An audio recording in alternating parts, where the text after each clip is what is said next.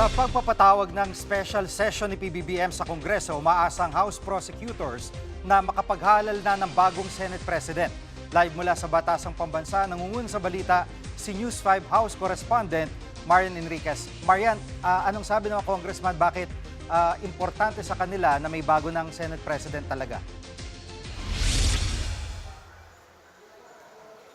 Yes, Jiggy. Pangamba kasi ng House Prosecution Panel baka maapektuhan itong impeachment trial ni Vice President Sara Duterte kung may krisis pa rin sa liderato ng Senado. Kaya panawagan nila sa mga senador na tatayong senator judges maghalal na ng bagong Senate President. Sa ngayon kasi, Jiggy, parehong inaangkin ng Gatchalian at Cayetano blocks yung liderato ng Senado. At ayon po kay Lead House Prosecutor Jervy Luistro, ayaw nilang maulit yung nangyari sa unang impeachment case laban kay Vice President Sara Duterte. Idiniklara kasi itong unconstitutional ng Korte Suprema dahil sa mga teknikalidad. Pakinggan po natin itong pahayag ni na Congresswoman Luistro at House Prosecution Spokesperson Congressman Zia Alonto Adyo. The reason is we are apprehensive that we might encounter another constitutional issue because we will be starting the trial and there is no duly elected Senate President. Sana ma-address na yon para wala nang apprehension ng House about another possible constitutional issue to be raised in the Supreme Court. If Malacanang requests for a special session, we anticipate and we welcome that. But we anticipate that they should take that opportunity to finally settle the issue on leadership. Marian, kaugnay dun sa paghahanda nila sa pre-trial, ay kumusta ang paghandang ginagawa ng prosecution?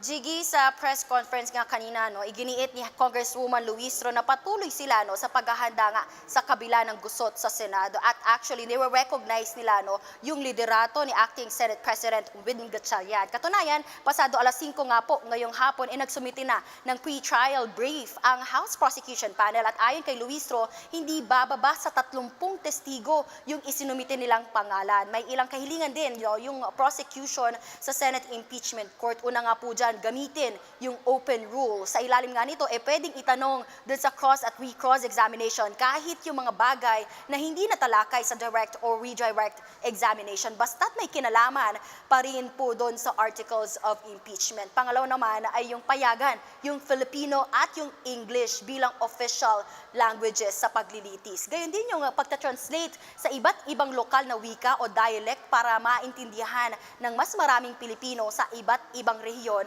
yung takbo nga po ng paglilitis. At pangatlo, pagtibayin yung polisiya na substance over technicalities kung saan nga mananaig yung bigat ng mga ebidensya kesa sa teknikalidad. At sa June 18 nga, JG, tinakda ng Senate Impeachment Court yung pre-trial conference. Inaasahang haharap dito ang House Prosecutors, maging ang kampo ni VP Sara. Kabilang nga rin po doon yung tatalakayin yung mga ebidensya at testigong ihaharap sa formal trial. Yan muna ang latest. Dito sa Kamara, balik sa Jiggy. Yan ang ulat ni Marian Enriquez live mula sa Batasang Pambansa.